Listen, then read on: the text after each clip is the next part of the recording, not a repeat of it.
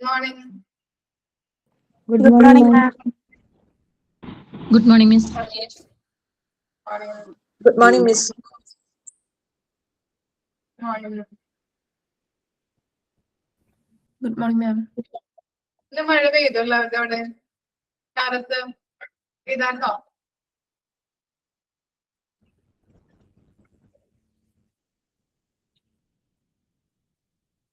ഇല്ല, പെയ്തില്ല. ഞങ്ങളുടെ ഇവിടെ കാലത്ത് നല്ല മഴയായിരുന്നു. നല്ല പെയ്തു അല്ലേ?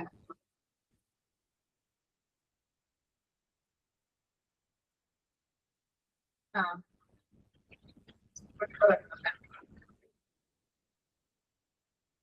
ടൈം ആവുന്നേ ഉള്ളൂ ചൂട് കൂടാനായിട്ട്.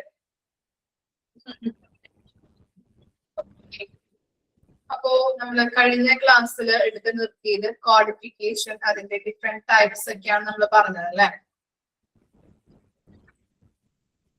എന്താണ് കോഡിഫിക്കേഷൻ എന്ന് പറഞ്ഞാല്? എന്തായിരുന്നു കോഡിഫിക്കേഷൻ?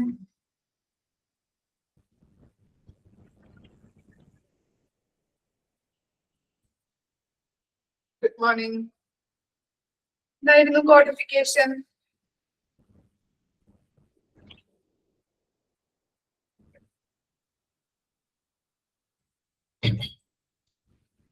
അത് വായിച്ചില്ലേ കോഡിഫിക്കേഷൻ എന്താണെന്ന്? ഓക്കെ. നമ്മള് ഒരു സ്റ്റോറിലെ ഐറ്റത്തിനെ നമ്മൾ ക്ലാസിഫൈ ചെയ്യുന്നുണ്ട് അല്ലെ? ആൽഫബറ്റോ നമ്പറോ അങ്ങനെയായിട്ട് തരംതിരിക്കുന്നതിനെയാണ് നമ്മൾ കോഡിഫിക്കേഷൻ എന്ന് പറയുന്നത്. ഓക്കെ, അതിന്റെ ഡിഫറെന്റ് ടൈപ്സ് നമ്മൾ പഠിച്ചു അല്ലെ? എന്തായിരുന്നു കൊഡാക് സിസ്റ്റം? കൊഡാക് സിസ്റ്റം എന്നാൽ എന്താ?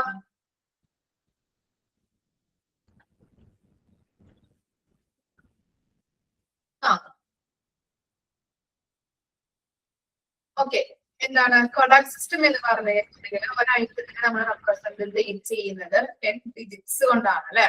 ഓക്കെ, ഡിജിറ്റ്സ് വെച്ചിട്ടാണ് 10 ഡിജിറ്റ്സ് വെച്ചിട്ടാണ് നമ്മൾ റെപ്രസെന്റ് ചെയ്യുന്നത്. ഓക്കെ, അത്തരം കാര്യങ്ങളാണ് നമ്മൾ കഴിഞ്ഞ ക്ലാസ്സിൽ പറഞ്ഞു നിർത്തിയത്. ഇനി നെക്സ്റ്റ് നോക്കാം, ക്ലാസിഫിക്കേഷൻ ഓഫ് ഇൻവെന്ററി കൺട്രോൾ അല്ലെ? സ്റ്റോക്ക് കൺട്രോൾ ചെയ്യുന്നതുമായിട്ട് ബന്ധപ്പെട്ട് അതിന്റെ ക്ലാസിഫിക്കേഷൻ കുറച്ച് ഒരു 10 ക്ലാസിഫിക്കേഷൻസ് ആണ് നമ്മൾ പഠിക്കാൻ പോകുന്നത്. ഓക്കെ, ഫസ്റ്റ് വൺ നോക്കാം, classification norms for classification uses. First one ആണ് APC annual value of two control alphabetical approach conception of purchase, storing, or always better control items concerned and the issue of materials in the normal course of a business. പറഞ്ഞു ഒരു സ്ഥാപനത്തിലെ പ്രവർത്തനങ്ങൾക്ക് materials അല്ലെങ്കിൽ ഒരു items ആവശ്യമായിട്ട് വരുന്നുണ്ട്. നമ്മൾ പഠിച്ചിരുന്നു മെറ്റീരിയൽസ് ആണ് സബ്സ്റ്റിറ്റ്യൂട്ട് ഡിപ്പാർട്ട്മെന്റ് ആയിട്ട് പ്രവർത്തിക്കുന്നത് അല്ലെ? അതുകൊണ്ട് തന്നെ നമ്മള് ഒരു സ്ഥാപനത്തിലെ പ്രവർത്തനങ്ങൾ നടത്താനായിട്ട് പല പല മെറ്റീരിയൽസിന്റെയും ആവശ്യം വരുന്നുണ്ട്. അപ്പൊ അതുകൊണ്ട് നമ്മൾ എന്ത് ചെയ്യുന്നുണ്ട്, ആ മെറ്റീരിയൽസിനെ നമ്മൾ സ്റ്റോർ ചെയ്യാറുണ്ട് അല്ലെ? മെറ്റീരിയൽസ് വാങ്ങി അത് നമ്മൾ സ്റ്റോർ ചെയ്ത് വെക്കാറുണ്ട്, പർച്ചേസ് ചെയ്തുകൊണ്ട് സ്റ്റോർ ചെയ്യാറുണ്ട്.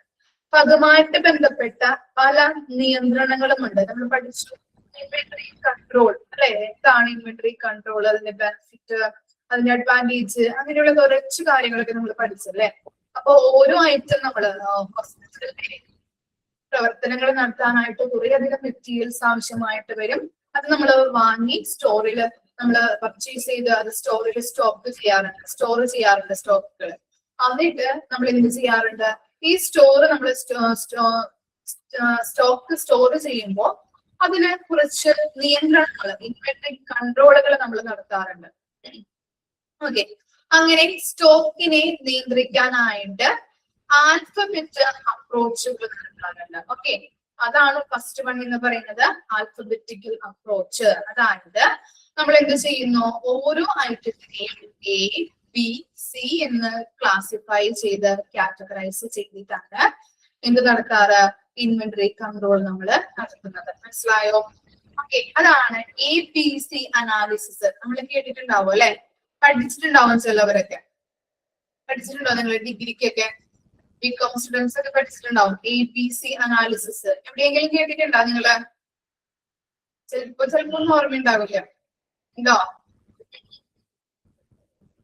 പഠിച്ചിട്ടുണ്ട് നമ്മള് ABC അനാലിസിസ്. ഓക്കെ, ഡിഗ്രിയിലൊക്കെ നമ്മൾ പഠിക്കാറുണ്ട് ബികോമില്.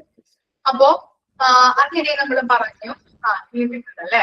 അപ്പൊ ABC അല്ലെങ്കിൽ ആൽഫബറ്റിക്കൽ അപ്രോച്ച് എന്ന് പറഞ്ഞു കഴിഞ്ഞിട്ടുണ്ടെങ്കിൽ ഇൻവെന്ററി കൺട്രോൾ നടത്തുന്നതുമായിട്ട് ബന്ധപ്പെട്ട് നമ്മള് പർച്ചേസ് ചെയ്ത ഐറ്റംസ് A എന്നും B എന്നും C എന്നും അങ്ങനെ കാറ്റഗറൈസ് ചെയ്യുന്നു.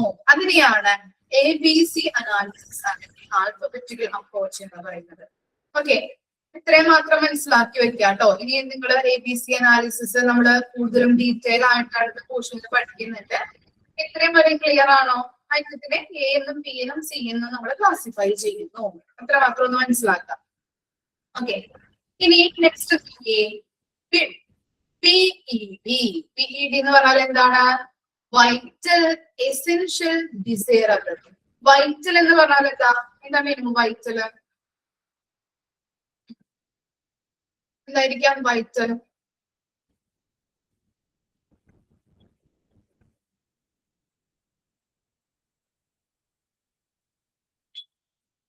ഇമ്പോർട്ടന്റ് അല്ലെങ്കിൽ പ്രധാനമായിട്ടുള്ള, സുപ്രധാനമായ പറയാറുണ്ടല്ലേ നമ്മള്. ഓക്കെ, പ്രധാനമായ എന്നാണ് വൈറ്റലിന്റെ മീനിങ്. എസെൻഷ്യൽ എന്തായിരിക്കും? എസെൻഷ്യൽ എന്താ മീനിങ്? എസെൻഷ്യൽ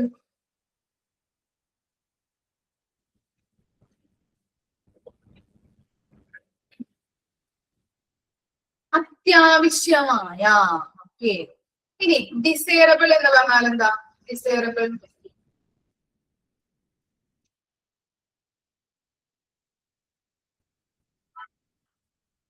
ഡിസൈറബിൾ അഭികാമ്യമായ. ഓക്കെ, അതിന്റെ മീനിങ് ആണ് അഭികാമ്യമായ.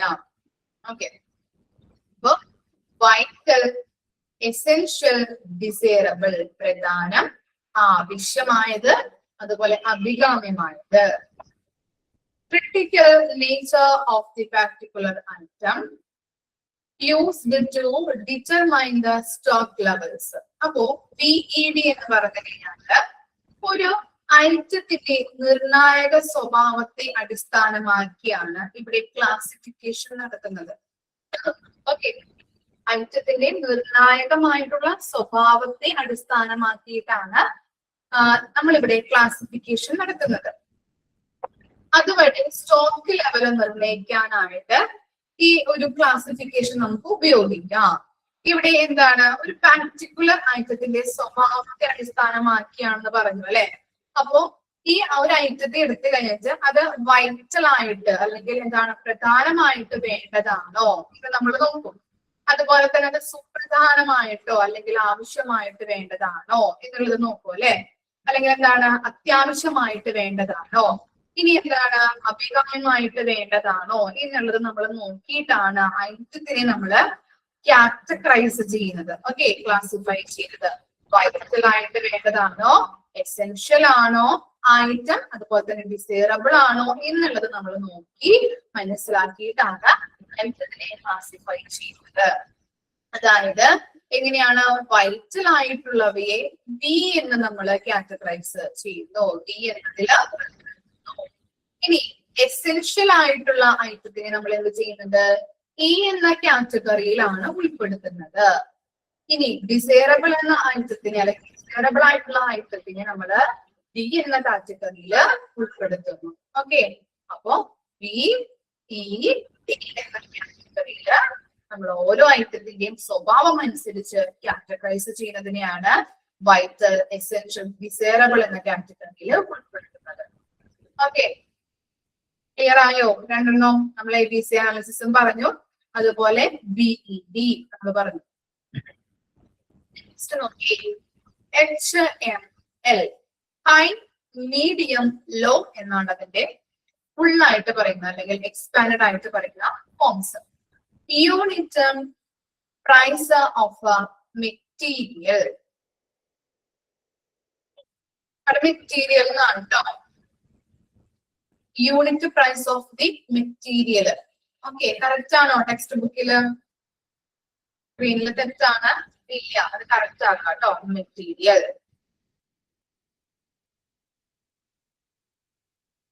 To control purchase.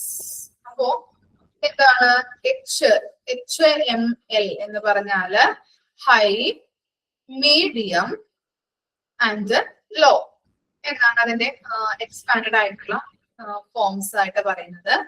നമ്മളിവിടെ യൂണിറ്റ് പ്രൈസ് എന്ന് പറയുന്നത് അല്ലെ, unit price of the material, അതിന്റെ കോസ്റ്റ് അല്ലെങ്കിൽ അതിന്റെ ക്ലാസിഫിക്കേഷൻ നടത്തുന്നത് ആ വസ്തുവിന്റെ വിലയെ അടിസ്ഥാനമാക്കിയിട്ടാണ്. ഒരു വസ്തുവിന് എത്രത്തോളം വില വരുന്നുണ്ട്, high cost item, medium cost, അതുപോലെ ഏറ്റവും ലോ കോസ്റ്റ് ഐറ്റം എന്നൊക്കെ പറഞ്ഞിട്ട് നമ്മള് എന്ത് ചെയ്യാറുണ്ട്, ക്ലാസിഫൈ ചെയ്യാറുണ്ട് അല്ലെ. അപ്പോ ഒരു വസ്തുവിന് എത്രത്തോളം വില വരുന്നുണ്ട്, ഹൈ കോസ്റ്റ് ആണെങ്കിൽ H ഉൾപ്പെടുത്തുന്നു, മീഡിയം ആണെങ്കിൽ M ഉൾപ്പെടുത്തുന്നു, ഏറ്റവും ലോവസ്റ്റ് ആയിട്ടുള്ള കോസ്റ്റ് ആണെങ്കിൽ ലോ L എന്ന കാറ്റഗറിയിലാണ് ഉൾപ്പെടുത്തുന്നത്. അപ്പോ ഒരു വസ്തുവിന്റെ വിലയെ അടിസ്ഥാനമാക്കിയിട്ടാണ് ഇവിടെ ക്ലാസിഫൈ ചെയ്യുന്നത്, വിലയെ അടിസ്ഥാനമാക്കിയിട്ട്. High cost item, medium cost, low cost. ഇനി XYZ. Okay, depends on to review in the inventory value inventories. Inventories നാക്കാട്ടോ, ES ചേർത്ത് കൊടുക്കുക, inventories and of items stored. Okay, items stored, inventories നാക്ക, and of items stored. Third, use at the scheduled intervals. അപ്പോ ഇവിടെ പറയുന്നത്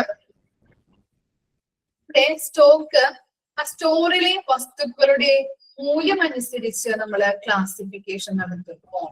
അതായത് ഒരു നിശ്ചിത ഇടവേളകളിലായിരിക്കും ആ സ്റ്റോക്കിന് മൂല്യം ഉണ്ടാകുന്നത്. ആ മൂല്യം അനുസരിച്ചിട്ടാണ് നമ്മൾ ക്ലാസിഫിക്കേഷൻ നടത്തുന്നത്. അതായത് ഒരു എക്സാമ്പിൾ പറയാം സർ, കൊറോണ വന്നു അല്ലെ നമ്മുടെ നാട്ടില്. കൊറോണ വന്നപ്പോ എന്തായിരുന്നു നമ്മള് എന്തായിരുന്നു എപ്പോഴും നമ്മൾ വെച്ചുകൊണ്ടിരുന്നത്, എന്തായിരുന്നു വെച്ചോണ്ടിരുന്നത്, ഫേസില് മാസ്ക് വെച്ചോണ്ടിരുന്നു അല്ലെ. ഇല്ലേ, മാസ്ക് വെച്ചിട്ടാണ് എല്ലാവരും പുറത്തേക്ക് ഇറങ്ങുന്നത്. ഇപ്പൊ ആരെങ്കിലും വെക്കുന്നുണ്ടോ മാസ്ക്? പൊടിയുള്ളത് കാരണം പല ആളുകളും വെക്കാറുണ്ട്. ഇല്ല, ഭൂരിഭാഗം ആളുകളും അത് യൂസ് ചെയ്യാറില്ല അല്ലെ, മാസ്ക് അല്ലെ. നമുക്ക് ഭയങ്കര ഒരു ഇറിറ്റേഷൻ ആണ്, നമ്മുടെ മുഖത്തൊക്കെ ഇരിക്കുമ്പോ ഭയങ്കര ബുദ്ധിമുട്ടാണല്ലേ, ശ്വാസം മുട്ടലൊക്കെ അനുഭവപ്പെടാറുണ്ട് നമുക്ക്. ഇല്ലേ, പലരും പറഞ്ഞത് കേട്ടിട്ടുണ്ട്, മാസ്ക് വെച്ച് കഴിഞ്ഞാല് ശ്വാസം മുട്ടം ഭയങ്കര ബുദ്ധിമുട്ടാണ് അല്ലെ. പ്രായമായവർക്ക് അവരൊന്നും വെക്കാറില്ല ഇപ്പൊ അല്ലെ. നമ്മുടെ വീട്ടിലെ അപ്പാപ്പൻ അമ്മമാരൊക്കെ ഉണ്ടെങ്കിൽ മാസ്ക് വെച്ചുകൊണ്ട് പോന്ന് പറഞ്ഞാലും ചില ആളുകൾ വെക്കാറുണ്ട്. അത് കാരണം എന്താന്ന് വെച്ചാല് ഇപ്പൊ ഈ റോഡിന്റെ കൺസ്ട്രക്ഷൻ നടക്കുന്നത് കാരണം ഭയങ്കര പൊടിയൊക്കെയാണ് റോഡിലോട്ടൊക്കെ ഇറങ്ങുമ്പോൾ. അപ്പൊ ചില ആളുകൾ വെക്കും, ബുദ്ധിമുട്ടുള്ളവര് വെക്കും. പക്ഷെ എന്താണ്, ഭൂരിഭാഗം ആളുകളും ഇപ്പോ അത് യൂസ് ചെയ്യാറില്ല, മാസ്ക് യൂസ് ചെയ്യാറില്ല. അപ്പോ ആ മാസ്കിന്റെ മൂല്യം കൂടിയ ആ ടൈം ആയിരുന്നു ഇത് കൊറോണ ടൈം എന്ന് പറയുന്നത് അല്ലെ. പല ആളുകളും അത് വെക്കാണ്ട് പുറത്തിറങ്ങില്ല, ഭയങ്കര പേടിയും കാര്യങ്ങളൊക്കെ ആയിരുന്നു അല്ലെ. അപ്പൊ അതാണ് അവിടെ പറയുന്നത്, ചില സമയങ്ങളില് അല്ലെങ്കിൽ നിശ്ചിത ഇന്റർവെൽസില് അല്ലെങ്കിൽ നിശ്ചിത ഇടവേളകളില് ചില വസ്തുക്കളുടെ മൂല്യം ഇൻക്രീസ് ആകും. അതനുസരിച്ചിട്ടാണ് നമ്മൾ എന്ത് ചെയ്യുന്നത്, ഐറ്റത്തിനെ ക്ലാസിഫൈ ചെയ്യുന്നത്. മനസ്സിലായോ? ഓക്കെ, അതാണ് XYZ പറയുന്നത്. ചില കാറ്റഗറീസിനൊന്നും എക്സ്പാൻഡഡ് ഫോം ഒന്നും ഇല്ല കേട്ടോ. നമ്മൾ കണ്ടില്ലേ, HML high cost, medium cost, low cost എന്നൊക്കെ അവിടെ കൊടുത്തിട്ടുണ്ട്. ഇതിന് എക്സ്പാൻഡഡ് ഫോം ഇല്ല. ഓക്കെ, നെക്സ്റ്റ് നോക്കാം. FSN consumption to restrain purchase, fast moving, pattern or issue and scrap, slow moving and from the store, no moving എന്നാണ് കേട്ടോ അവിടെ. no moving, on moving എന്നാണ്, no moving എന്ന് മാറ്റി കൊടുക്കുക. no moving.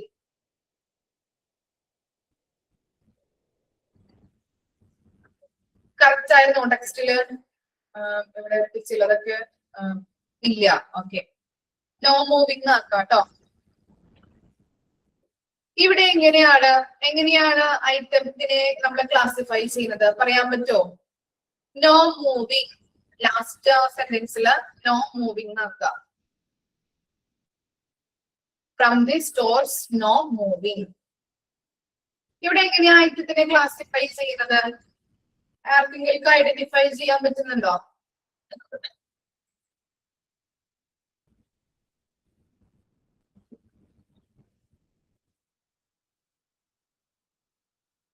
എന്തെങ്കിലും ക്ലൂ കിട്ടുന്നുണ്ടോ? Fast moving, slow moving, no moving. എങ്ങനെയാണ്? എന്താണ് ഐറ്റത്തിനെ ക്ലാസിഫൈ ചെയ്യുന്നത്? അവരുടെ ആ ഐറ്റത്തിന്റെ ആ മൂവിങ് അനുസരിച്ചിട്ടാണ്, ഇല്ലേ?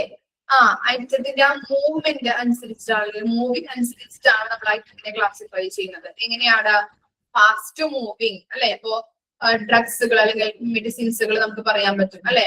ഏറ്റവും കൂടുതലായിട്ട് വാങ്ങിക്കുന്നത്, മൂവ് ചെയ്ത് പോകുന്നത്. അല്ലെങ്കിൽ സ്ലോ മൂവിങ് ഏതാണ്, ഒട്ടും മൂവ് ചെയ്യാത്തത് ഏതാണ് എന്നുള്ള കാറ്റഗറീസിൽ ഉൾപ്പെടുത്തുന്നുണ്ട് കേട്ടോ. ഇപ്പൊ ഫാസ്റ്റ് മൂവിങ് ഉണ്ട്, സ്ലോ മൂവിങ് ഉണ്ട്, നോ മൂവിങ് ഉണ്ട്. നെക്സ്റ്റ് ആണ് SDE, purchasing problems. Lead time. എന്താണ് ലീഡ് ടൈം? എന്താണ് ലീഡ് ടൈം? Time gap. എങ്ങനെയാണ് നമ്മൾ ഒരു വസ്തു ഓർഡർ ചെയ്തു, അത് നമ്മുടെ കയ്യിൽ കിട്ടുന്നത് വരെയുള്ള ആ ടൈം ഗ്യാപ്പിനെയാണ് നമ്മൾ ലീഡ് ടൈം എന്ന് പറയുന്നത്. Scarce to attain in regard to analyst and difficult to get availability of the item, purchasing and easy to attain strategies. അപ്പോ ഇവിടെ നമ്മൾ പറഞ്ഞു എന്താണ്? SDE അല്ലെ? അങ്ങനെയാണ് ഐറ്റത്തിനെ ക്ലാസിഫൈ ചെയ്തിരിക്കുന്നത്. അപ്പോ ഇത് എന്നാൽ എന്താണ്?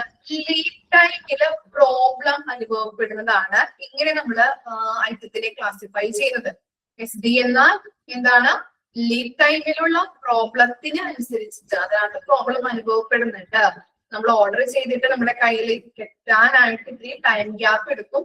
അപ്പൊ അതിനകത്ത് ഉള്ള ഒരു പ്രോബ്ലത്തിന് അനുസരിച്ചിട്ടാണ് നമ്മൾ ഐറ്റത്തിനെ ക്ലാസിഫൈ ചെയ്യുന്നത്.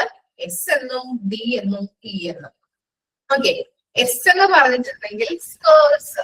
ഓക്കെ, എന്താണ്? അപൂർവമായ, അല്ലെങ്കിൽ എന്താണ് നമുക്ക് ഒട്ടും ദൗർലഭ്യം എന്നൊക്കെ പറയാം അല്ലെ? ഓക്കെ, അപ്പൊ സ്കേഴ്സ് എന്ന് പറഞ്ഞിട്ടുണ്ടെങ്കിൽ എന്താണ്? അവിടെ ദൗർലഭ്യം അനുഭവപ്പെടുന്നു.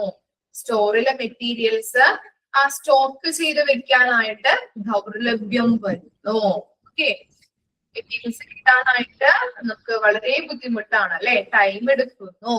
അപ്പൊ അതിനെയാണ് നമ്മള് സ്കേഴ്സ് എന്ന കാറ്റഗറീസിൽ ഉൾപ്പെടുന്നത്. അത്തരത്തിലുള്ള ഐറ്റത്തിനെ, ദൗർലഭ്യം വരുന്ന ഐറ്റത്തിനെ നമ്മള് S എന്ന കാറ്റഗറിയിൽ ഉൾപ്പെടുത്തുന്നു. D എന്താ? ഡിഫിക്കൽട്ട്. ഡിഫിക്കൽട്ട് എന്ന് പറഞ്ഞാൽ എന്താണ്? മെറ്റീരിയൽസ് കിട്ടാനായിട്ട് ബുദ്ധിമുട്ട് അനുഭവപ്പെടുന്നുണ്ട്. പക്ഷെ ഈ സ്കേഴ്സിന്റെ അത്ര ദൗർലഭ്യം നമുക്ക് അനുഭവപ്പെടുന്നില്ല. മെറ്റീരിയൽസ് കിട്ടും, ബുദ്ധിമുട്ടുണ്ട്, എന്നാലും നമുക്ക് എന്താണ്? കുറച്ച് വെയിറ്റ് ചെയ്ത് കഴിഞ്ഞാൽ കിട്ടും. അതാണ് ഡിഫിക്കൽട്ടിൽ വരുന്നത്. ഓക്കെ, സ്കേഴ്സിന്റെ അത്ര ദൗർലഭ്യം ഇതിനകത്ത് വരുന്നില്ല. അത്തരത്തിലുള്ള മെറ്റീരിയൽസിനെയാണ് നമ്മൾ Dയില് കാറ്റഗറൈസ് ചെയ്തിരിക്കുന്നത്. ഇനി നെക്സ്റ്റ് ആണ് എന്ത്? E. എന്താണ്? ഈസി ടു അറ്റെയിൻ അല്ലെ? ഈസിലി നമുക്ക് എന്ത് ചെയ്യുന്നുണ്ട്? ഐറ്റംസ് നമുക്ക് കിട്ടുന്നുണ്ട് അല്ലെ? പെട്ടെന്ന് നമ്മുടെ കയ്യിൽ കിട്ടുന്നത്, പെട്ടെന്ന് നമുക്ക് കിട്ടുന്ന ഐറ്റംസ് ഏതൊക്കെയാണ്? അതാണ് ഈസി ടു അറ്റെയിൻ അല്ലെങ്കിൽ E എന്ന കാറ്റഗറിയിൽ ഉൾപ്പെടുത്തിയിട്ടുള്ളത്. മനസ്സിലായോ? സ്കേഴ്സ് ഉണ്ട്, ഡിഫിക്കൽട്ട് ഉണ്ട്, ഈസി ടു അറ്റെയിൻ ഉണ്ട്, E ഉണ്ട്. സ്കേഴ്സ് എന്താണ്? ഒട്ടും കിട്ടാനുള്ള ദൗർലഭ്യമാണ്. ഇനി ഡിഫിക്കൽട്ട് എന്ന് പറഞ്ഞു കഴിഞ്ഞാൽ നമുക്ക് കിട്ടും. സ്കേഴ്സിന്റെ അത്ര ദൗർലഭ്യം ഇല്ല, കിട്ടും നമുക്ക്. ഓക്കെ, എന്നാലും അത്ര ഡിഫിക്കൽട്ട് ഉണ്ട് എന്നാണ് ഉദ്ദേശിക്കുന്നത്. പിന്നെ എന്താ? ഈസി ടു അറ്റെയിൻ അല്ലെ? പെട്ടെന്ന് നമുക്ക് കിട്ടുന്നത്. ഓക്കെ ആണോ? ഇനി നെക്സ്റ്റ് നോക്കിയേ. GOLF, government, ordinary, local and foreign purchase. Okay, ഇപ്പോ അവിടെ എന്താണ് നോക്കിയേ? Source of the material to plan the purchase strategies. എന്താണ്? മെറ്റീരിയൽസ് ലഭിക്കുന്ന സ്രോതസ് എവിടെ നിന്നാണ് എന്നതനുസരിച്ചിട്ടാണ് ഐറ്റത്തെ നമ്മൾ ക്ലാസിഫൈ ചെയ്തിരിക്കുന്നത്. മെറ്റീരിയൽസ് ലഭിക്കുന്ന സോഴ്സ്, സ്രോതസ് എവിടെ നിന്നാണ് എന്നതിനനുസരിച്ചിട്ട് നമ്മൾ ഐറ്റത്തിനെ ക്ലാസിഫൈ ചെയ്തിട്ടുണ്ട്.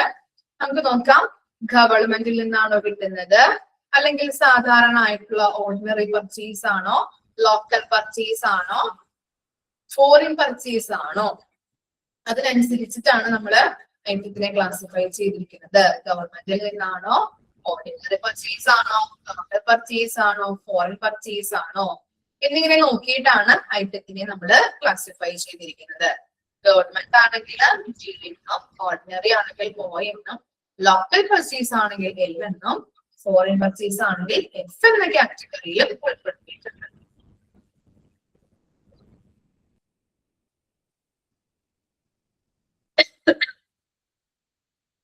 നെക്സ്റ്റ് എട്ടാമത്തെയാണ് SOS. എന്താണ്? Seasonal and off seasonal. Seasonality of item to plan the purchasing storage strategies. എന്താണ് ഇവിടെ ഐറ്റത്തിനെ ക്ലാസിഫൈ ചെയ്തിരിക്കുന്നത്? സീസണാലിറ്റി അനുസരിച്ചിട്ടാണ് അല്ലെ? ഡിമാൻഡ് അനുസരിച്ചിട്ട്. നമുക്കറിയാം, ഇപ്പോ ഒരു മാർച്ച് ഏപ്രിൽ ആ ടൈം ആകുമ്പോ എന്താണ്, ഈ മാങ്ങ ചക്കയുടെ ഒക്കെ കാലഘട്ടമാണ് അല്ലെ? അപ്പൊ എന്താണ്, ആ സീസണില് അത് തന്നെ. അപ്പൊ സീസൺ ആകുമ്പോ അവയ്ക്ക് വില കൂടും. അതുപോലെ തന്നെ ഇപ്പോ ജൂൺ എന്ന ഒരു മെയ് പകുതി അല്ലെങ്കിൽ ജൂണൊക്കെ ആകുമ്പോ എന്താണ്, മഴക്കാലം. അതുപോലെ തന്നെ സ്കൂള് ഓപ്പൺ ആക്കുന്ന ആ ടൈമാണ് അല്ലെ? അപ്പൊ എന്താണ്, ബാഗ്, ചെരുപ്പ്, കുട, അങ്ങനെ എല്ലാം, ബുക്സ് എല്ലാം വില കൂടുതലായിരിക്കും. ആ ടൈമിലാണ് ഇത് കിട്ടുന്നത് ഇല്ലേ? അല്ലെ? അപ്പൊ എന്താണ്, സീസണാലിറ്റി അനുസരിച്ചിട്ടാണ് നമുക്ക് ഓരോന്നിന്റെയും ഓരോ ഐറ്റത്തിനെയും ക്ലാസിഫൈ ചെയ്യുന്നത് കേട്ടോ. ഒരു വസ്തുവിന്റെയും സീസണാലിറ്റി അനുസരിച്ചിട്ടാണ് ഐറ്റത്തിനെ ക്ലാസിഫൈ ചെയ്യുന്നത്. റേറ്റ് കൂടുതലായിരിക്കും. ഇപ്പൊ ചക്കയൊക്കെ വന്നിട്ടുണ്ട് കടകളിൽ, ഇടിയൻ ചക്ക.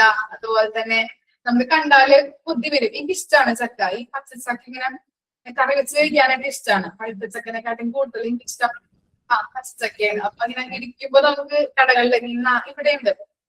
ഞങ്ങൾ ബസ് കയറാൻ പോകുമ്പോ അവിടെ ഒരു കടയില് നാടൻ പച്ചക്കറികളൊക്കെ വിൽക്കുന്നുണ്ട്. അപ്പൊ അവിടെ ഇങ്ങനെ വീടുകളിൽ നിന്നൊക്കെ പറിച്ചിട്ടാണ് തോന്നുന്നു, അറിയില്ല, ഇങ്ങനെ കൊണ്ടുവച്ചിട്ടുണ്ട്. അപ്പൊ അത് കാണുമ്പോ നമുക്ക് കൊതി വരും. പക്ഷെ വാങ്ങിക്കാൻ പോകുമ്പോ നല്ല വില. ഒരു ദിവസം ഈ നമ്മുടെ മാങ്ങ, കുഞ്ഞി മാങ്ങയില്ലേ നമ്മള് മോര് കറി വെക്കുന്നത്, മാമ്പഴപ്പുളിശ്ശേരി വെക്കുന്നത്, അതിന് ചോദിച്ചപ്പോ 1 കിലോത്തിനെങ്ങാണ്ടും 150 രൂപയൊക്കെ പറഞ്ഞു. അപ്പൊ ഞാൻ വേണ്ട എല്ലാം പറഞ്ഞു.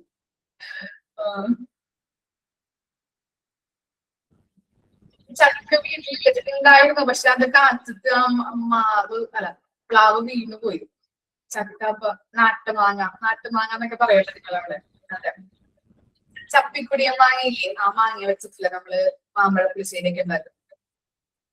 അപ്പൊ അത് വാങ്ങിക്കാൻ പോയപ്പോ ചക്ക ഇഷ്ടമാണ് എനിക്ക്, പക്ഷെ കിട്ടാനില്ല. അതാണ് ഫസ്റ്റ്. ഇപ്പൊ നമ്മള് ചോദിച്ചു കഴിഞ്ഞാല് നല്ല വിലയായിരിക്കും. പിന്നെ നമ്മള് വീട്ടിൽ കൊണ്ടുപോയി ചില ചക്ക കണ്ടിട്ടുണ്ടെങ്കിൽ നല്ല വലിപ്പമൊക്കെ തോന്നും. പക്ഷെ നമ്മൾ മുറിക്കുമ്പോ ആയിരിക്കും നിറച്ച് പൊല്ലായിരിക്കും, ഈ ചൊള ഉണ്ടാവില്ല അതിനകത്ത്.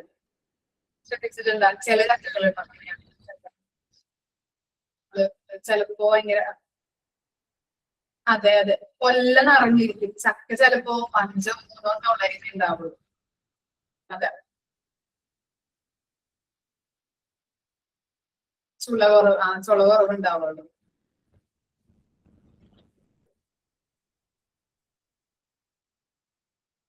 അതെ അപ്പൊ അതാണ് വാങ്ങിക്കാനായിട്ട് ബുദ്ധിമുട്ട്. വാങ്ങിക്കണം എന്നുണ്ട്, പക്ഷെ വാങ്ങിക്കാനായിട്ട് നമുക്ക് കൊണ്ടുപോയി ചിലപ്പോ നമുക്ക് കറി വെക്കാൻ കിട്ടില്ല. അങ്ങനെ ചക്ക ചുള കുറവാണെങ്കിലേ ബുദ്ധിമുട്ടായിരിക്കില്ലേ? ചിലപ്പോ 1 2 ചുളയൊക്കെ ഉണ്ടാവുള്ളൂ. അപ്പുറത്തെ വീട്ടിൽ കഴിഞ്ഞ പ്രാവശ്യം അപ്പുറത്തെ വീട്ടിൽ ഇങ്ങനെ കൊണ്ടുവന്നു ചക്ക, പച്ചച്ചക്കയായിരുന്നു. എന്നിട്ട് പൊളിച്ചു നോക്കിയപ്പോഴത്തേക്കും ചക്ക നല്ല ഇതായിരുന്നു. വെച്ച് കറി വെക്കാനുണ്ടെന്നൊക്കെ വിചാരിച്ചിട്ട് നമ്മൾ പൊളിച്ചു നോക്കിയപ്പോഴത്തേക്കും 5 ചുളയെങ്ങാണ്ടും കിട്ടി. പക്ഷെ നമുക്ക് അത് കറി വെക്കാനായിട്ടൊന്നും ഇല്ല. അപ്പൊ അതാണ് വാങ്ങിക്കാൻ പേടി.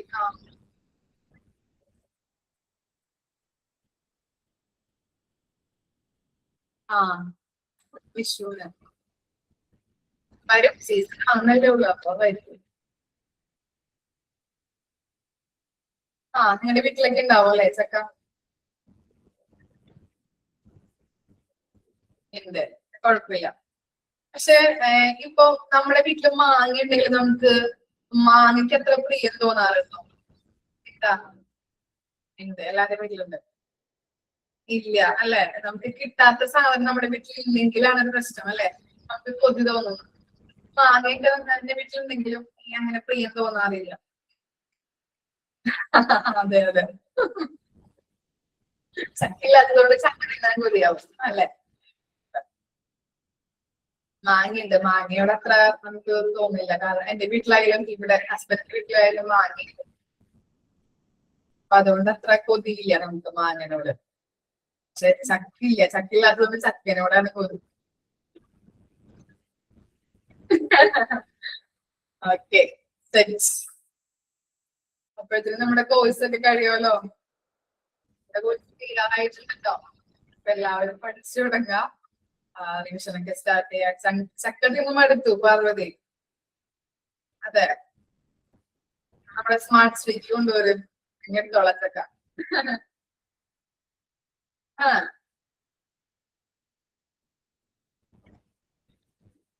അതെ അതെ.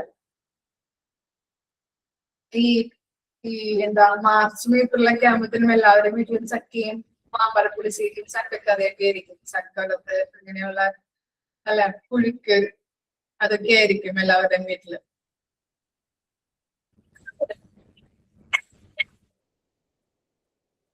ഓക്കെ, അപ്പോ നമ്മൾ പറഞ്ഞു നിർത്തിയത് SOS വരെയാണ് അല്ലെ? സീസണൽ ആൻഡ് ഓഫ് സീസണൽ വരെയാണെന്ന് പറഞ്ഞു നിർത്തിയത് അല്ലെ? ഇനി നെക്സ്റ്റ് ആണ് എന്ത്? മെയിൻ. മെയിൻ എന്ന് പറഞ്ഞാൽ MEIN. എന്താണ്? Vital or normal. ഓക്കെ, അങ്ങനെയുള്ള കാറ്റഗറിയിലാണ് ഇനി ഐറ്റത്തിന് ഉൾപ്പെടുത്തുന്നത്. നോക്കിയേ, importance of purchase to restrain essential important equipment. അപ്പോ ഈ എക്യുപ്മെന്റുമായിട്ട് ബന്ധപ്പെട്ട ക്ലാസിഫിക്കേഷൻ ആണ്. അതെ, വൈറ്റലാണ്. അവിടെ ഒരു 2 എല്ലുണ്ട്. അത് ജസ്റ്റ് ഒന്ന് ടെക്സ്റ്റ് ബുക്ക് കൂടി ഒന്ന് നോക്കിയിട്ട് ഞാൻ പറയാട്ടോ. അതൊരു ഡൗട്ട് ഉണ്ട് മിസ്സിന്. അപ്പൊ ടെക്സ്റ്റ് ബുക്ക് നോക്കിയിട്ട് അത് കറക്റ്റ് ആണോ ഇല്ലയോ എന്നുള്ളത് ജസ്റ്റ് ഒന്ന് പറയാം. ഓക്കെ, നെക്സ്റ്റ് ക്ലാസ് പറയാം കേട്ടോ. ഒന്ന് ഓർമ്മിപ്പിച്ചാൽ മതി. നോക്കാം. അപ്പൊ എക്യുപ്മെന്റുമായിട്ട് ബന്ധപ്പെട്ട ഒരു ക്ലാസിഫിക്കേഷൻ ആണ് അവിടെ പറയുന്നത്. വൈറ്റല് അല്ലെങ്കിൽ ഇമ്പോർട്ടന്റ് ആയിട്ടുള്ള എക്യുപ്മെന്റിനെ നിയന്ത്രിക്കാനായിട്ടുള്ളൊരു കാറ്റഗറി മെത്തേഡ് ആണ് ഇത് എന്ന് പറയുന്നത്. വൈറ്റൽ ഒരു നോർമൽ കാറ്റഗറിയിൽ ഉൾപ്പെടുത്തിയിട്ടുണ്ട്. അപ്പോ ഏറ്റവും പ്രധാനപ്പെട്ട എക്യുപ്മെന്റ് ഏതാണ്? അത് അല്ലെ വൈറ്റൽ എന്ന കാറ്റഗറിയിലും പിന്നെ നോർമൽ ആയിട്ട് നമ്മൾ ഉപയോഗിക്കുന്ന എക്യുപ്മെന്റ് ഏതാണോ അത് നോർമൽ എന്ന കാറ്റഗറിയിലുമാണ് ഉൾപ്പെടുത്തിയിട്ടുള്ളത്. ഓക്കെ, ഇനി നെക്സ്റ്റ് ആണ് എന്താണ്? Reliability, availability, maintenance. ഇതും എന്താണ്? എക്യുപ്മെന്റുമായിട്ട് ബന്ധപ്പെട്ട ഒരു ക്ലാസിഫിക്കേഷൻ ആണ്. അതായത് relies on services of the equipment to plan purchase factors and functioning and maintenance capacity of the equipment. അതായത് നമ്മൾ പറഞ്ഞു എക്യുപ്മെന്റുമായിട്ട് ബന്ധപ്പെട്ടതാണ്. അപ്പോ റിലയബിലിറ്റി എന്ന് പറഞ്ഞാൽ എന്താണ്? വിശ്വസ്തത. അവൈലബിലിറ്റി എന്ന് പറഞ്ഞിരിക്കുന്നത് സ്പെയർ പാർട്സിന്റെ അവൈലബിലിറ്റി ആണ് കേട്ടോ. അതുപോലെ തന്നെ മെയിൻ്റെനൻസ് അറിയാലോ. അപ്പൊ റിലയബിലിറ്റി, അവൈലബിലിറ്റി, മെയിൻ്റെനൻസ് എന്നിവയെ അടിസ്ഥാനമാക്കിയിട്ട് ഐറ്റത്തിനെ അല്ലെങ്കിൽ ആ എക്യുപ്മെന്റിനെ ക്ലാസിഫൈ ചെയ്യുന്നതാണ് RAM. എക്യുപ്മെന്റിന്റെ ഒരു ക്ലാസിഫിക്കേഷൻ ആണ് 10ഉം 9ഉം കേട്ടോ. ഒന്ന് ഓർത്ത് വയ്ക്കുക. റിലയബിലിറ്റി, അവൈലബിലിറ്റി, മെയിൻ്റെനൻസ് എന്ന അടിസ്ഥാനത്തിലാണ് നമ്മൾ ഈ എക്യുപ്മെന്റിനെ കാറ്റഗറൈസ് ചെയ്യുന്നത്. വായിച്ചു നോക്കിയ 10 വായിച്ചു നോക്കാം കേട്ടോ. FS എന്ന് പറഞ്ഞിട്ടുണ്ടെങ്കിൽ ഫാസ്റ്റ് മൂവിങ്, മൂവ്മെന്റ് അനുസരിച്ചിട്ടാണ് നമ്മൾ ഐറ്റത്തിനെ ക്ലാസിഫൈ ചെയ്യുന്നത്. ഓക്കെ, ഫാസ്റ്റ് മൂവിങ്, അതുപോലെ തന്നെ സ്ലോ മൂവിങ് ഉണ്ട്, നോ മൂവിങ് ഉണ്ട്. നോ എന്നാക്കുന്നുണ്ട് അവിടെ. No moving. ലാസ്റ്റ് നോക്കിയേ, from the store, no moving എന്നാക്കാം. Fast moving, slow moving, no moving. ഇപ്പൊ ഡ്രഗ്സിന്റെ കാറ്റഗറി എടുക്കാം നമുക്ക്. ഡ്രഗ്സ് ഏറ്റവും ഫാസ്റ്റ് ആയിട്ട് മൂവ് ചെയ്യുന്ന ഡ്രഗ്സ് ഏതാണ്? അത് F എന്ന കാറ്റഗറിയിലും സ്ലോ മൂവിങ് ആയിട്ട് പോകുന്നത് ഏതൊക്കെ ഡ്രഗ്സ് ആണ്? അത് S എന്ന കാറ്റഗറിയിൽ ഒട്ടും മൂവ് ചെയ്യാത്ത ട്രക്സ് ഏതാണ്? അത് നോ അല്ലെങ്കിൽ എൻ എന്ന ആ എൻ എന്ന കാറ്റഗറിയുമാണ് ഉൾപ്പെടുന്നത്.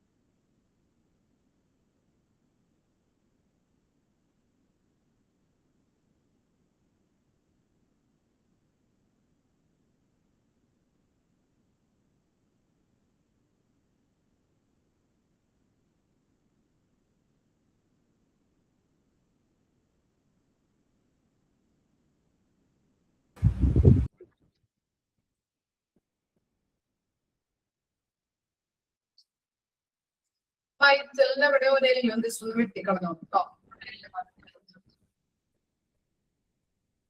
നേരിട്ട് കണ്ടോ.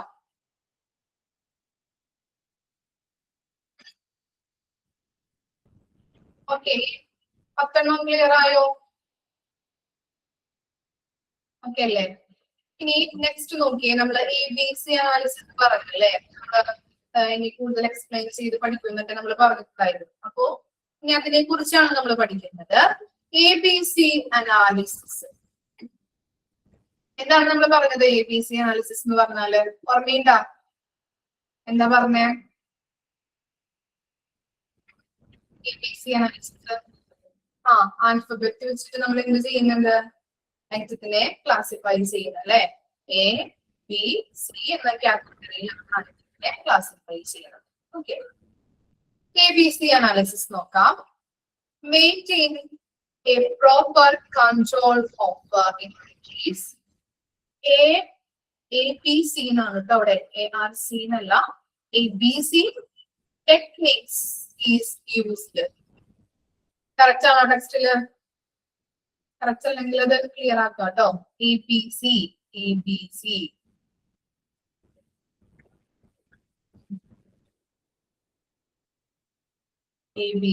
ഓക്കെ. ഓക്കെ, പ്രിന്റിംഗ് മിസ്റ്റേക്ക് ആണ് അത്. എന്താണെന്നറിയില്ല, കുറച്ച് okay. Maintain a proper control over inventories. ABC techniques is used. സ്റ്റോക്കിന്റെ ശരിയായ കൺട്രോൾ നിലനിർത്താനായിട്ട് ABC അനാലിസിസ് ഉപയോഗിക്കുന്നുണ്ട്. സ്റ്റോക്കിന്റെ ശരിയായ കൺട്രോൾ നമ്മൾ പറഞ്ഞല്ലേ, ശരിയായ രീതിയിൽ പ്രോപ്പർ കൺട്രോൾ നിലനിർത്താൻ വേണ്ടിയിട്ട് നമ്മൾ എന്ത് ചെയ്യുന്നത്, ABC അനാലിസിസ് യൂസ് ചെയ്യുന്നു.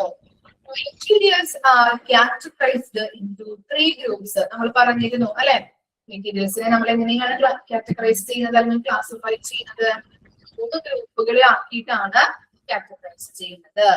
A, B and C according to the cost of the materials and the money value of consumption. എന്താണ് 3 രീതിയിൽ നമ്മൾ കാറ്റഗറൈസ് ചെയ്യുന്നുണ്ട്. ഇനി A എന്നും B എന്നും C എന്നുമാണ് ക്ലാസിഫൈ ചെയ്യുന്നത്. ഇനി എത്ര രൂപ അല്ലെങ്കിൽ എത്ര ചിലവ് വരുന്നുണ്ട് അല്ലെ, എത്ര വില വരുന്നുണ്ട് ഈ ഐറ്റത്തിന്, അതുപോലെ തന്നെ ഒരു വസ്തുവിന് എത്രത്തോളം മൂല്യം വരുന്നുണ്ട് എന്നതിനനുസരിച്ചിട്ടാണ് നമ്മൾ ഐറ്റത്തിനെ A എന്നും B എന്നും C എന്നും കാറ്റഗറൈസ് ചെയ്യുന്നത്. ഓക്കെ, എത്ര വില വരുന്നുണ്ട്, അതിന്റെ മൂല്യം നമ്മൾ മനസ്സിലാക്കിയിട്ട് മൂല്യം അനുസരിച്ചിട്ടുമാണ് നമ്മൾ വിലയും കോസ്റ്റും വാല്യൂവും അനുസരിച്ചിട്ടാണ് ഐറ്റത്തെ നമ്മൾ A എന്നും B എന്നും C എന്നും കാറ്റഗറൈസ് ചെയ്യുന്നത്. ഇനി നമ്മൾ ഓരോ ഐറ്റവും പഠിക്കാൻ പോവുകയാണ്. എന്താണ് A ഐറ്റം, എന്താണ് B ഐറ്റത്തിന്റെ പ്രത്യേകത, എന്താണ് C ഐറ്റം എന്ന് പറഞ്ഞാൽ. ഓക്കെ, നോക്കാം. ഫസ്റ്റ് വൺ നോക്കാം. A items. Involved of the inventory. Third, area few costly items which comes under this group.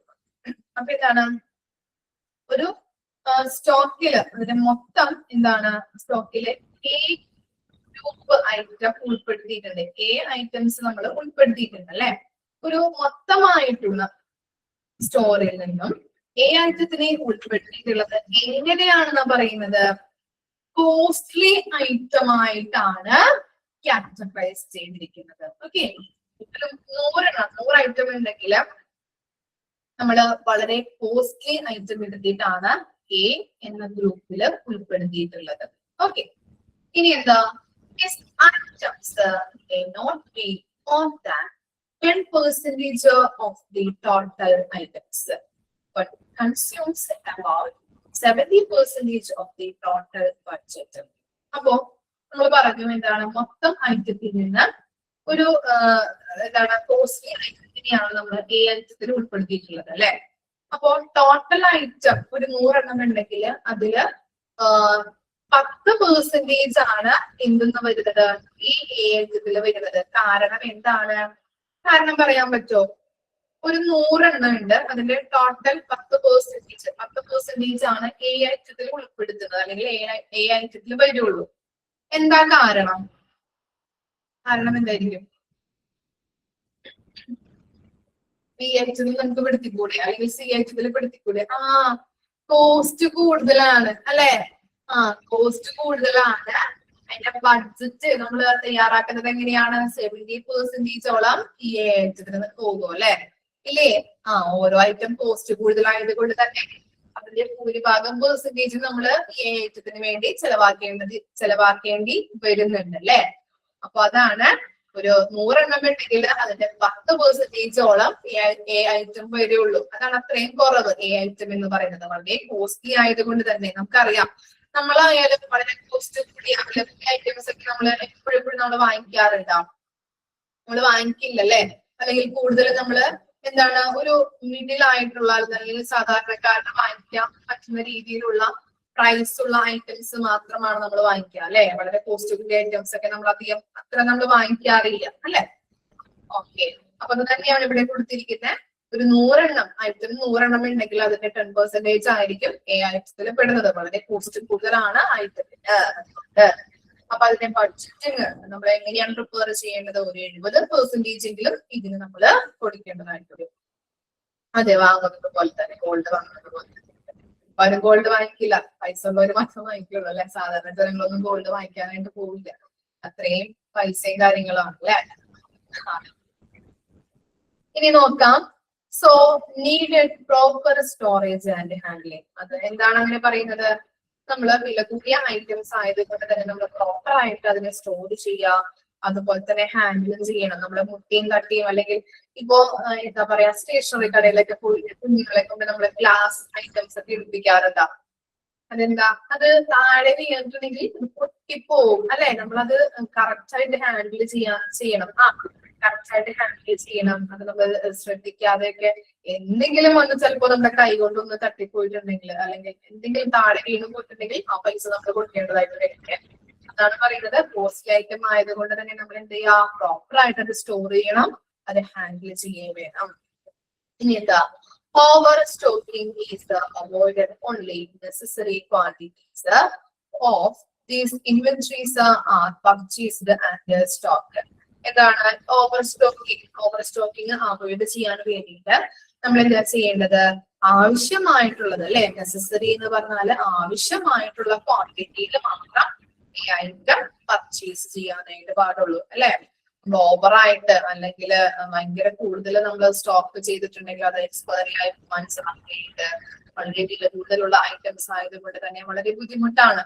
അപ്പൊ അതുകൊണ്ടാണ് പറയുന്നത് ഓവർ സ്റ്റോക്കിംഗ് അവോയ്ഡ് ചെയ്യാൻ വേണ്ടിയിട്ട് നമ്മൾ ആവശ്യത്തിന് മാത്രം 10 മാത്രം വേണ്ടതുണ്ടെങ്കിൽ ആ 10 മാത്രം വാങ്ങിക്കാം. 12 ചിലവര് വാങ്ങിക്കും. നമ്മള് ചില ആളുകൾ കണ്ടിട്ടുണ്ട് 10 ആവശ്യം വരുള്ളൂ, പക്ഷെ എന്നാലും ഒരു കുട്ടികൾ മനസ്സിലാക്കാനും വന്നാലോ അല്ലെ ബുദ്ധിമുട്ടായാലോ എന്ന് വിചാരിച്ചിട്ട് അല്ലെ. പക്ഷെ അങ്ങനെ വാങ്ങിക്കാതെ ഓവർ സ്റ്റോക്കിങ് അത് ചിലപ്പോ 12 കൊണ്ടുപോയിട്ടുണ്ടെങ്കിൽ ചിലപ്പോ അതെന്താണ് എക്സ്പയറി ആയി പോകാൻ സാധ്യതയില്ല. അപ്പൊ നമുക്ക് ലോസ് നഷ്ടം വരാം അല്ലെ. അതുകൊണ്ടാണ് പറയുന്നത് ഓവർ സ്റ്റോക്കിംഗ് അവോയ്ഡ് ചെയ്യാൻ വേണ്ടിയിട്ട് നെസസറി ആവശ്യമായിട്ടുള്ള അല്ലെങ്കിൽ ആവശ്യത്തിനുള്ള അത്രയും ക്വാണ്ടിറ്റിയിൽ നമ്മൾ ഇത് വാങ്ങിച്ചാൽ മതി. ഓക്കെ, ഇത്രയും കാര്യങ്ങളാണ് ഈ ഐറ്റത്തിന്റെ പ്രത്യേകതയായിട്ട് പറയുന്നത്. വായിച്ചു നോക്കിയേ, എന്താണ് ABC അനാലിസിസ്, എന്താണ് A ഐറ്റം?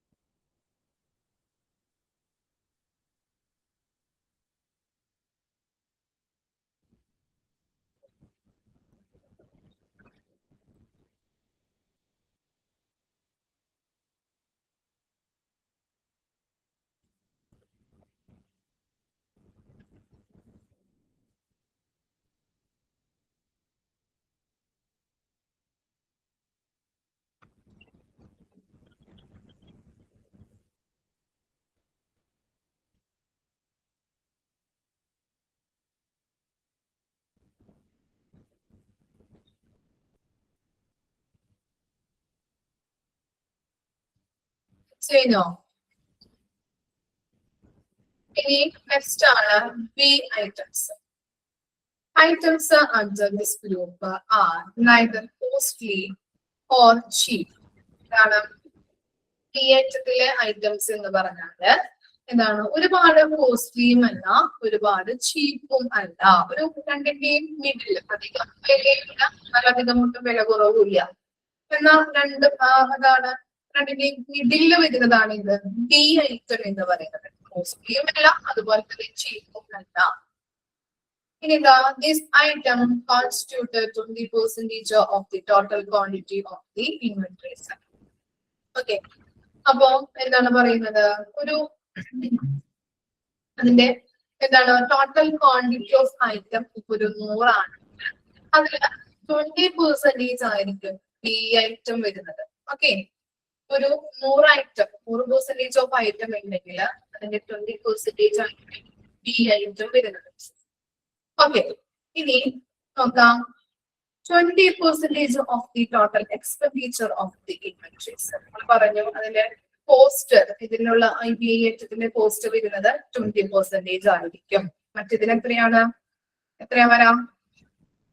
ഇതിന് 70%. ഇതിന് എന്താണ് 20% ആണ് വരുന്നത്. സി ഐറ്റം നോക്കിയേ. This item are comparatively cheaper in the cost and represent 70% total quantity of the inventory. നമ്മൾ പറഞ്ഞു എന്താണ്, ഒരു 100% ഓഫ് ഐറ്റം ഉണ്ടെങ്കിൽ 10% ഓഫ് ഐറ്റം ഇതായിരിക്കും, ഏത് എ കാറ്റഗറിയിൽ.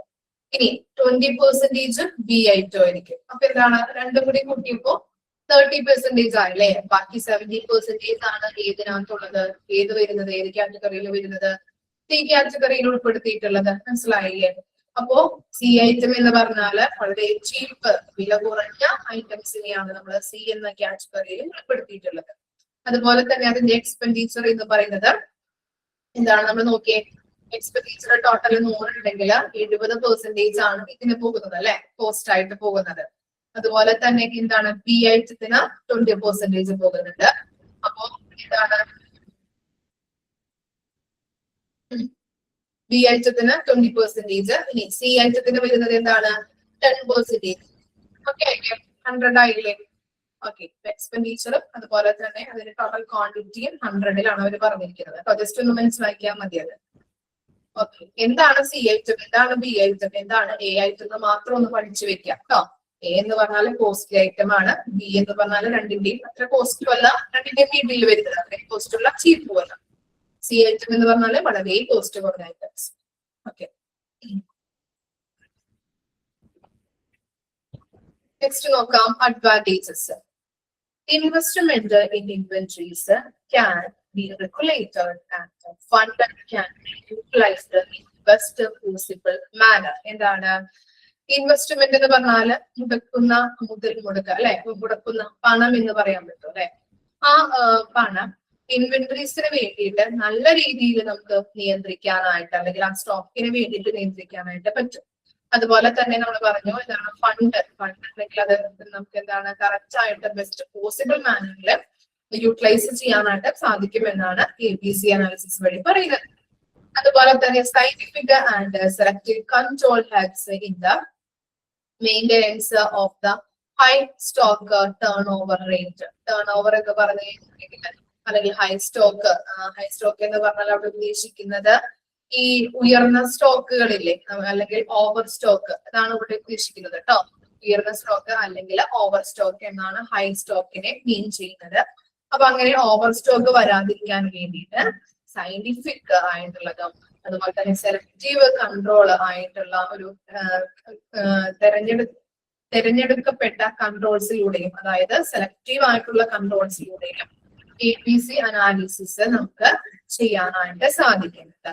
ഓവർ സ്റ്റോക്ക് വരാതിരിക്കാൻ വേണ്ടിയിട്ട് ഇങ്ങനെ നമ്മൾ ഓരോ കാറ്റഗറീസിൽ ഉൾപ്പെടുത്തുന്നത് കൊണ്ട് തന്നെ അത്ര രീതിയിൽ അല്ലെങ്കിൽ അത്രയ്ക്ക് ഓവർ സ്റ്റോക്കിങ് വരുന്നില്ല എന്നാണ് പറയുന്നത്.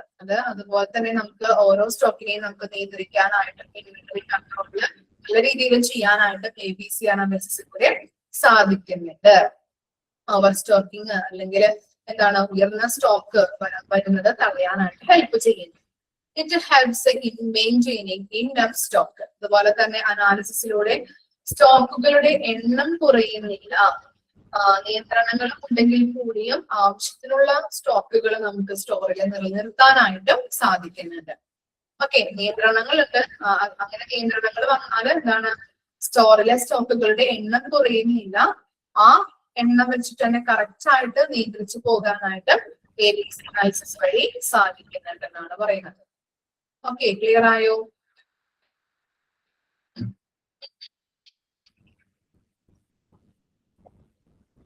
ആക്ച്വലി ഇത്ര വെച്ച് നമുക്ക് വൈൻഡപ്പ് ചെയ്യാം കേട്ടോ, നിർത്താം. ബാക്കി നമുക്ക് നെക്സ്റ്റ് ക്ലാസ്സിൽ എടുക്കാം.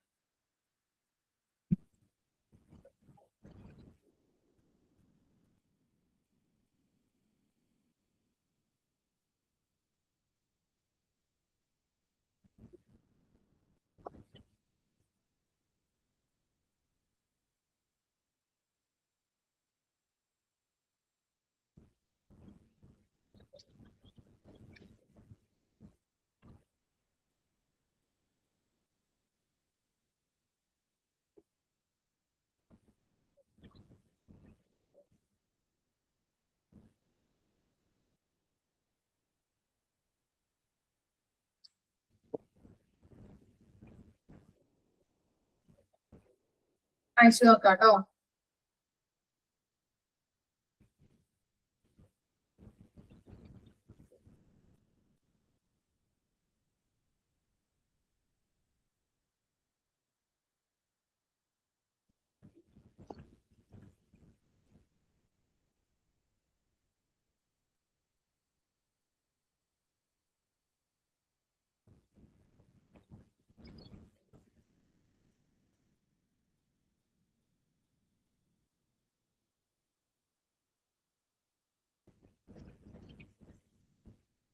ക്ലിയർ ആണോ?